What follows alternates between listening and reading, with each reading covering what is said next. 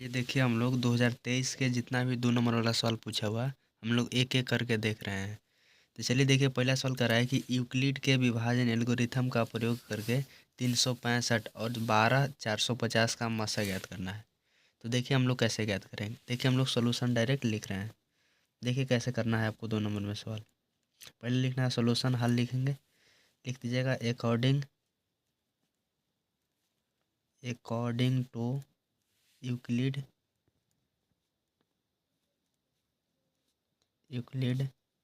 Division algorithm. अब हम लोग लिखेंगे ए बराबर होता है BQ प्लस आर होता है। ठीक है। अब देखिए ए इसमें क्या होगा, तो ए आपको समझिए कि मानना है जो दोनों में सबसे बड़ा रहेगा। तो बड़ा क्या है 124/50 है। अब बी आपको मानना है जो समझिए कि छोटा रहेगा 350। ठीक। अब देखिए अब हम लोग के भाग देने पड़ेगा। तो देखिए हम लोग भाग दे रहे हैं 124/50 को हम लोग भाग देंगे 365 से। तो लगाएंगे कितना बार में, तो लगाएंगे आपको समझिए कि 3 बार में लगेगा, 4 बार में ज़्यादा हो जाएगा। तो देखिए 5×15 की 5 हाथ पर रहल 1, 6×18 19 की 9 हाथ पर रहल 1, 3×3 9 1 10। तब हम लोग घटाएंगे तो कितना 5 में से 5 गया 0। इस समझिए कि 14, 14 में से 9 गया 5। इस समझिए कि एक में से 1 हो गया, एक कटकुट हो गया। अब हम लोग समझिए कि 0 उतारेंगे। तब कितना बार में लगाएंगे, अब 5 बार में लगाएंगे तो ज़्यादा हो जाएगा। तो हम लोग 4 बार में लगाएंगे तो 4 बार में कितना हो जाएगा, 5×20 की 0 हाथ में रहल 2। समझिए कि 6×24 है 2, 26 की 6 हाथ में रहल 2। समझिए कि 4×3 = 12 और 2 = 14। तो हो जाएगा 0। इस समझिए कि 10 में से 6 हो गया 4। इस समझिए कि 4 में से 4 का कटकुट हो जाएगा। अब देखिए अब हम लोग समझिए कि ऐसे करेंगे और 365 को उतारेंगे। तब हम लोग 365 को उतारेंगे तो कितना हो जाएगा, क्या बार में लगाएंगे, तो 9 बार में लगा देंगे। 9×4 = 36, 360। अब समझिए कि कितना हो जाएगा 5। तब समझिए कि 40 को उतारेंगे तो कितना हो जाएगा 8 बार में, 8×5 = 40। अब हम लोग कर लिए। अब हम लोग देखिए क्या करेंगे अब लिखेंगे कि देखिए ए बराबर BQ प्लस आर होता है। तो लिखेंगे कि 124/50 बराबर BQ। तो देखिए बी देखिए कौन है, BE है। तो 365 गुने क्यू कौन है E, तो 34 प्लस रिमाइंडर कितना है प्लस 1500। अब हम लोग लिखेंगे आगे। अब देखिए अब हम लोग समझिए कि अगला समझिए कि ये मानेंगे किसको, इसको। ठीक है। तो ए आपकी कितना हो जाएगा 365 बराबर अब की बी क्या हो जाएगा 40 और प्लस क्यू क्या हो जाएगा 9 और प्लस रिमाइंडर कितना हो जाएगा 5। अब फिर हम लोग लिखेंगे अब की कितना 40 बराबर कितना हो जाएगा 5×8 और प्लस रिमाइंडर कितना हो गया 0। तो चलिए 0 जब तक नहीं आएगा जब तक आपको करते रहना है। तो हम लोग लिख देंगे कि HCF कितना 124/50, 365 कि आपको कितना आ गया 5 आ गया। ये लास्ट समझिए कि भाजक होता है, वही HCF होता है। तो चलिए आंसर हो गया। चलिए देखिए हम लोग तीसरा सवाल देख रहे हैं कि AX बराबर दिया हुआ है 3x³ plus XXR plus 2x plus 5। इसको भाग देना है XXR प्लस 2x प्लस 1 से।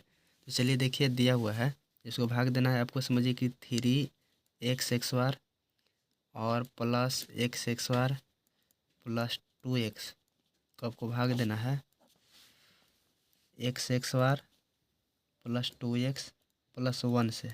अब देखिए थोड़ा सा समझिए। अब देखिए कैसे समझना है कि जैसे हमको यहाँ समझिए कि 1 है, यहाँ गुणांक हमको 3 लेके आना है। तो 3 से तो गुना कर ही पड़ेगा। और समझिए कि यहाँ पावर समझिए कि यहाँ 3 है। ठीक है। यहाँ समझिए कि 2 है और 2 है, हमको 3 लेके आना है तो 1 से आप गुना करने पड़ेगा। तो देखिए 1 से गुना कीजिए। तो 1 से गुना कीजिएगा 3x को आप गुना कीजिए XXR प्लस 2x प्लस 1 में। तो गुना कीजिएगा तो समझिए कि कितना हो जाएगा 3x³ और प्लस समझिए कि 3 दूनी 6x और प्लस हो जाएगा 3x। चलिए हम लोग यहाँ लिख देते हैं 3x³ और प्लस 6x और प्लस हो जाएगा प्लस 6x होगा, एक्स में 1 से गुना होगा, x होगा 6x होगा और प्लस समझिए कि हो जाएगा आपको 3x।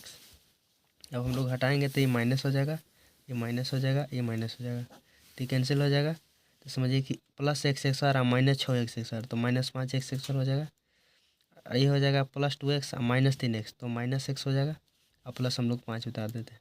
अब कितना से लगाएंगे तो आप माइनस लगाएंगे -5 से, क्योंकि x और x तो ही है, तो -5 से लगाएंगे तो क्या होगा -5x और ये हो जाएगा -10x, ये हो जाएगा -5, तो ये घटाइएगा तो ये हो जाएगा प्लस, ये प्लस हो जाएगा, तो ये कैंसिल हो जाएगा। तो ये कितना हो जाएगा -x और प्लस 10x तो 9x हो जाएगा और प्लस 5x प्लस 5 और प्लस 5 प्लस 10 हो जाएगा। इसमें सब लोग पूछ रहा है कि भागफल, तो भागफल बराबर कितना हो जाएगा, तो आपको हो जाएगा 3x माइनस 5, आपको आंसर हो जाएगा। चलिए देखिए हम लोग अगला चौथा सवाल हम लोग देख रहे हैं। जैसे देखिए मान लेते हैं चौथा सवाल में कि p/x बराबर बहुपद दिया हुआ है 4x बार और -4x और प्लस 1 दिया हुआ है। तो आपको निकालना है, देखिए आपको निकालना है कि अल्फ़ा प्लस बीटा और प्लस बीटा बटा अल्फ़ा का मान निकालना है, ये आपको निकालना है। तो चलिए देखिए हम लोग इस समीकरण से पहले निकाल लेंगे कि अल्फ़ा प्लस बीटा का मान कितना होगा। तो अल्फ़ा प्लस बीटा बराबर होता है -b/a होता है। तो इसमें -b कितना होगा, जो x से गुणांक होता है b रहता है तो हो जाएगा -4 और बटा a कितना है, जो x XOR के गुणांक रहता है वो a का मान होता है तो हो जाएगा 4, ये हो जाएगा माइनस। अब हम लोग अल्फ़ा इंटू बीटा का मान निकाल लेते हैं। तो अल्फ़ा इंटू बीटा का मान कितना हो जाएगा c,